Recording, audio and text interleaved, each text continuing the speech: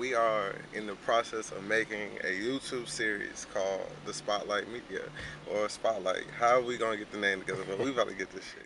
There's this story about this little boy named Tory. He lived his life very easy, and sadly I will company he kept so I lost my mind for this. The story behind all this is I should have loved myself like I love you. Come on! What's up, what's up, what's up? We are here with Chloe the God. What's up? This is Spotlight Media. You can tell us how they can follow you, how they can find you. Yeah, I'm Chloe the God. You can find me at Chloe the God under all my platforms, Twitter, Instagram, Facebook, all that. Chloe the God, CHLOTHEGOD, you know him. That's me. Facts. Alright, so we are right here in Fayetteville, North Carolina. 26. We are in Dreamville. Hey. Boom, so tell us what got you inspired to do music? I think I first started in theater. I had this like immense passion for entertaining. I love being on stage. I love, kind of in a narcissistic way, like having people focus on me. I was in theater when I lived in Florida. We're military, so I lived in Florida for a couple of years, and I moved back here to Fayetteville. And the program is so underfunded. Okay. And you know, there wasn't the resources and the drama and the whole entire experience like in Orlando, you know what I mean? So it was just this lack of like, I want a full story, I want the drama, I want all of it, and I decided to start writing poetry. Okay. And then Mikey Santana, who lives here, and some other boys, Kelly Rush, who had a studio here. I just used to hang out with them all the time, and they were like, "Your poetry is dope. Like, let us give you a beat, or hop on this hook." Or it kind of became stuff like that, where just Fayetteville in general just like inspired me and kind of drove me to music without me even like. It wasn't even in my path. It wasn't even in my mind, really. It was the city that kind of pushed me there. What would you say your poetry was about? It was always kind of about myself and this, like, when I was in high school, I really just lacked so much confidence and really couldn't see my power. And I was always writing, like, to find that. I was always writing, like, I wanted to be this light. I wanted to be, you know, a god. And so I wrote a lot about that. My first... It also was kind of like a journal, kind of like a journaling thing, because my mom used to tell me all the time, like, you need a journal at the end of every day, like, you have a lot of shit going on. And I just thought it was kind of corny, like, I just didn't want to, like, sit down and be like, dear diary, you know what I mean? So I used to do poetry at the end of every day, and then, you know, then the poetry turned into music when Mike gave me my first beat. My first song was called Sad Girls Club. Sad Girls Club. Yeah. Okay, so what was Sad Girls Club about? Sad Girls Club, I called myself the Sad Girl CEO. I was just like sad. I just, and not in like a, like, you know. Like depressed. Yeah, I was depressed. I was empty, I think. I was empty. And I just couldn't, as a person, I couldn't see my way out of that until I wrote it down. I just wrote it down like that I was gonna get out of this situation, and there's a light at the end of the tunnel. Even I couldn't really see it. I wrote it down, and it just helped me to just believe it, you know. So describe the moment when Chloe the God became Chloe the God to yourself. Let me think. Let's see. I really will tell you, because I did, and it was kind of a while. I dropped The Story Behind, my first project ever. I wasn't gonna drop it. I dropped The Story Behind, and people, you know, were like, I love this, and this is awesome, and this is helping me through things. And even still, I was like, whoa, this is so cool. But even still, I didn't really recognize it, you know what I mean? I just thought, like, yes, I'm just happy that people, like, are receiving it well. Exactly. Right. I'll tell you, the moment that I was like, oh, I'm that bitch, I went to Atlanta, Georgia, and I performed in my very first festival, A3C, this hip-hop festival or whatever that was started in like 2005, like Nas started the festival in 2005, and I I performed "See Me," my single from The Story Behind. So you've been in the game for a while. No. That's just when the festival started. This was Okay. like a couple months ago. Okay, thanks. Okay. Yeah, but it was just like a legit festival I'd never done. Like, Okay. you know what I mean? Something like on that caliber. And it was the first time that I was in Atlanta. The first time performing "See Me," and the crowd ate it up. Nobody knew who I was. Like, I was walking around trying to mingle. People weren't really like messing with me all the way. You know what I mean? They was like, whatever. Then I got on stage and I performed that song, and people were just screaming, and they picked the hook up the second time around, and they were screaming back basically "baby," and they were like chanting my name, "Chloe, Chloe," and I was like, oh my God. I remember you were performing in Greensboro, Yeah. at Green Street. Yes. And I was on the front row with my boys Boris, and when we were watching, you had like a robe on. Yes. And you was on stage. It was seeing yeah, I was Bird. like, oh my God. Yeah. Like, but you have good stage presence. Thank you. It's very powerful. Thank you. No doubt, no doubt. So tell me, like, so what do you have planned next?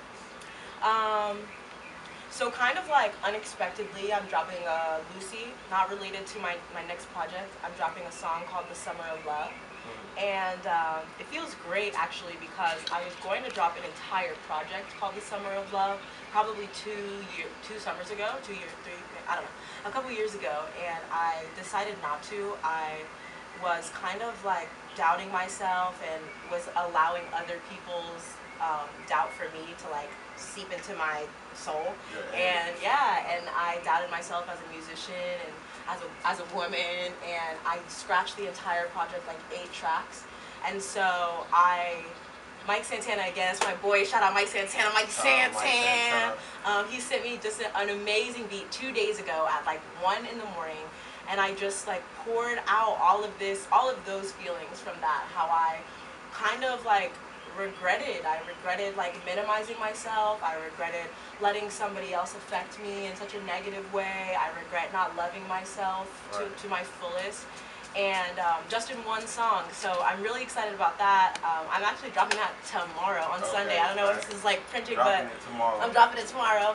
And then that's just like a fun thing. But what's like the biggest thing next is Girl Talk. Okay. My next project, my second EP ever, Girl Talk. I'm gonna be dropping that. I really don't even have a date for it. After I did, stay tuned. Stay tuned. Exactly. After I did The Story Behind, I learned so much, you know, in this like independent, you know, route. It takes so much more than I had expected. You know what I mean? It takes a lot of work. Exactly. The shows, the tours, and getting the band and getting, you know, dancers or anything extra. I just never accounted for it before. So with Girl Talk, I want to do the tour on such a, I don't know, I want to level that up, you know, how, definitely, I want to, definitely, absolutely. So I don't want to drop it until I can do everything in the exact way. But that's next, that project is next. What would you say motivates you in your music career to keep going? Love is number one. The most powerful force that we have on this earth is love to me. It fuels me, it breaks me, it builds me, you know what I mean? Love is number one. Women, just the grace and the strength, and they're warriors of love as well.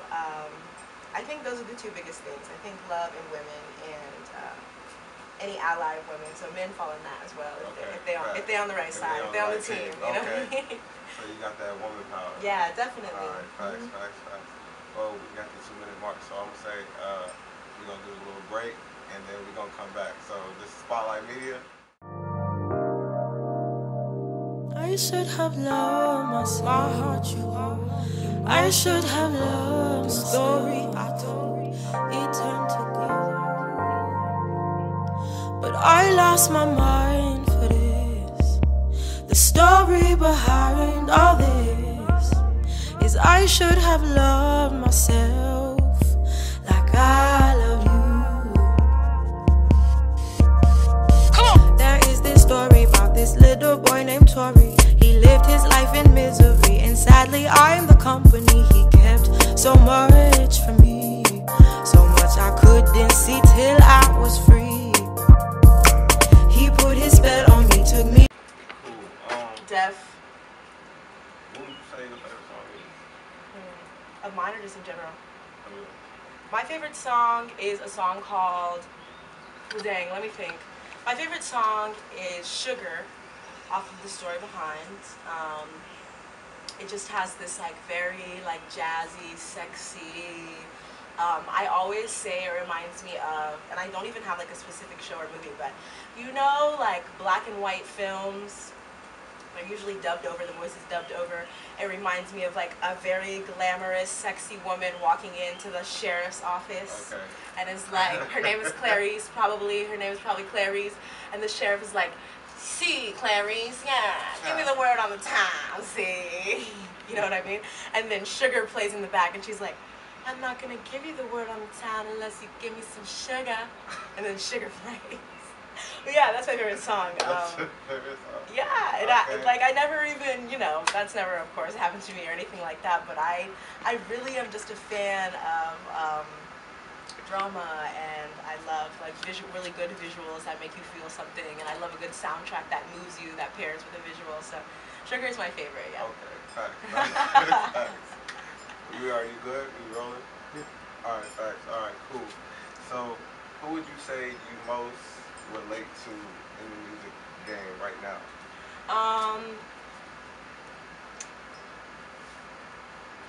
Let's see, good question.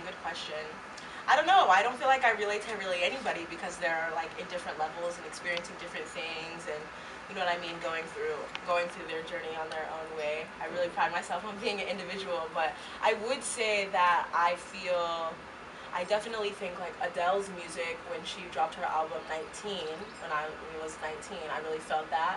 That was a couple years later after she had dropped it, but I really felt all of those experiences that she went through. I personally, like, her music really helped me get through those. I love SZA, her transparency, Okay, right, her energy, yeah. I love to hear her story and just hear her say, like, you guys don't know what I went through and what this means for you guys I'll to take your man on the weekend. Yeah, Every okay. weekend. SZA. Get with me, girl.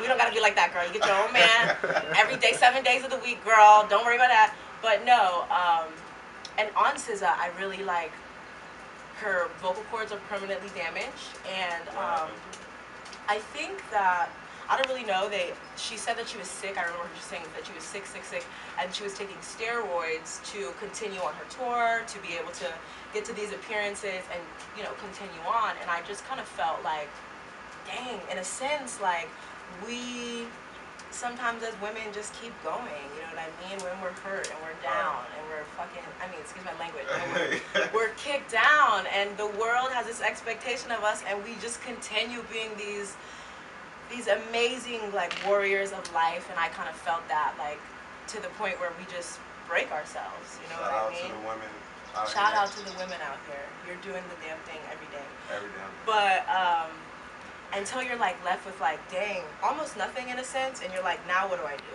Right. Like, now that I'm broken, and these people might not want me for the same reason, now what do I do? I was just like, oh no. And also like imagining myself not being able to have like my favorite thing, you know, what would I do, and where would I be? And it kind of just made me self-reflect, like, what else would I live for, you know, other than music? But yeah, maybe I don't like relate to them per se, but I definitely am inspired and motivated by the women in music today, and they're just cool people. Yeah, I wish that I could like do songs and like meet them and ask them questions and have them help me, but one day, that's a one day. So tell me, who on your support group are very key to keeping you stable when you feel low? Yeah, my best friend Courtney. I call her for anything. My best friend Courtney, my mom, and my little sister are the ladies that I go to when they know me the best. And so I go to them when I'm feeling like discouraged. I kind of get embarrassed, and it's kind of hard for me to talk about when I'm like, I don't want to make music. Right. My friend Jar she literally can just like sense it in me. I never go to her, she calls me. Right. She's like, something's wrong, we need to talk, stop it, get your life together, you know what I mean?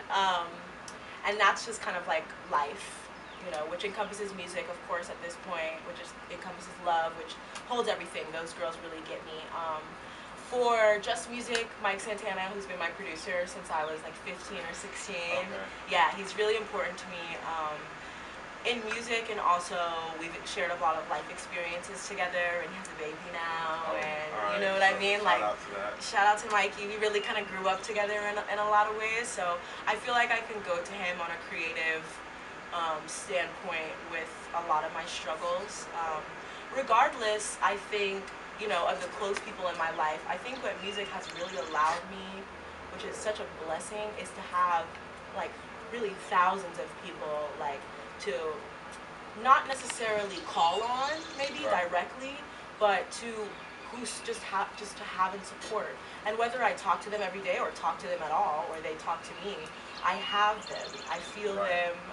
They're there. I see them in my numbers, you know, at my shows or on my Twitter. You know what I mean? It's a really overwhelming sense of like love when I drop a song. So a lot of the time when I get to a very rock bottom, I write music and I put a song out on SoundCloud. Maybe not even release it on iTunes, but put it out on SoundCloud, and there's people who A, already know my story, you know what I mean, and then B, just they want to help and they want to support and then share their experience as well. And it's just this beautiful like circle of energy exchange, and I don't know, this shit is like, it's real love, like only good, you know what I mean? And I don't mean like I'll only share the good, because obviously that's unrealistic, and we all go through things that knock us down, but I think by being honest and by being transparent in my life, sharing my mistakes and sharing my burdens and you know, just sharing those things, it not only like lets me release all of this negative energy inside myself, so people can relate exactly, to you. and we can just like be there for each other, and I think that's kind of like the point like of life, you know what I mean? Because we all in some way are going to struggle, and and we're all going to need each other. We all, I don't know, it's hard kind of for all of us to like say these things, you know. So music has always been like that for me. Before I made it, I could listen to something and be like, wow, somebody else actually went through something I went through, you know what I mean? Like spying on you. Exactly, yes, like a fly on the wall. And so now, like, I'm trying to be that fly on the wall, and I want to be that, like, I definitely have felt low, loss, heartbreak, all those things. I felt those things. You're not alone. I'm here. No one else is here, you know? So, yeah. Holy God is a good friend to have, okay? I try my hardest, for real. Big facts. So what would you say is the most powerful moment in your whole career to Close to God? I would say it was when I left college. I got to school. I applied to 2 schools and I got accepted into one at UNCG in Greensboro. I went for a semester and I failed, and I couldn't get out of bed, and I wasn't going to the studio, and I wasn't even writing at all. Like, I wasn't doing any of the things that made me happy. I was just going to school because my mom was so excited that I got into college, and I wanted to like continue that feeling for her. Little did I know that she'd be more proud of me, you know, living my life. But I, you know, because I wasn't honest and because I wasn't open, I didn't know that thing, and that's my big thing about truth. You never know if you're not honest. So it was really hard. I was going to school and I was kind of miserable. I was actually very miserable, and I made this decision to leave, and a couple weeks later I dropped The Story Behind, and I usually put music on SoundCloud, so this was the first time I'd ever distributed my music on that level through streaming platforms like iTunes and Spotify. And I just remember like see me hit like 20,000 or something, so 20,000 streams in the first week, and I got my first paycheck from Apple Music, and it just like changed my life, really. Like, and it's not like I made like billion, you know, it was nothing crazy, and it was 20,000 streams, which I had done on SoundCloud before, but it was just the fact that it was like, you have to buy this now, you know what I mean? You have to invest. Yeah, exactly. And me, and I don't know, it was just like kind of, I just felt really proud of myself. Like you made a profit off of your own ideas and energy. Exactly, off of myself, of my truth, off of, I was just like, wow, like, I definitely want to do this forever, like, this is cool, I know heaven is a mind state. I've been a couple times. Yes, that's how I felt, for real. I was like, wow, this is my life now. That's what I said. So tell us, is there anything you would like to tell your people that you would want your fans to know about you personally? I love you. If you're listening, if you contributed with a stream, with a retweet, with a the lyrics, with a picture, with a song, with the whatever, I love you. I feel you. I'm here for you. I feel like you guys know that. I don't know what you don't know, but if you want to know anything, I guess I should say this. If you want to know anything, you can ask me. I love to talk. I love people. I love love. I need you. I need the energy. Yes, that's what I have to say. Facts. Well, this is Spotlight Media. We are here with Chloe the God. If you want to say your hashtag, your follow, your social media. Yeah, I'm hashtag Chloe the God.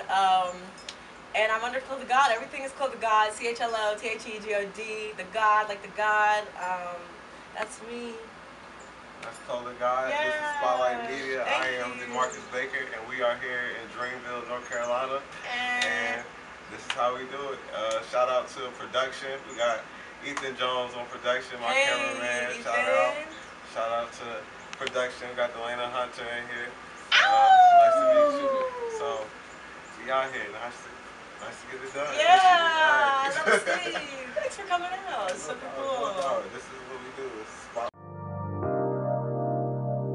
I should have loved my heart you hold. I should have loved the story I told. It turned to gold. But I lost my mind for this. The story behind all this is I should have loved myself like I love you. There is this story about this little boy named Tori. He lived his life in misery, and sadly I'm the company he kept. So much for me, so much I couldn't see till I was free. He put his spell on me, took me to meet his mama. He wasn't right for me, cause he could not be honest. The worst summer of love, accepting less than I deserve. Well, now I love myself, and these things became clear to me. I've been through hell, so only demons could comfort me. I realized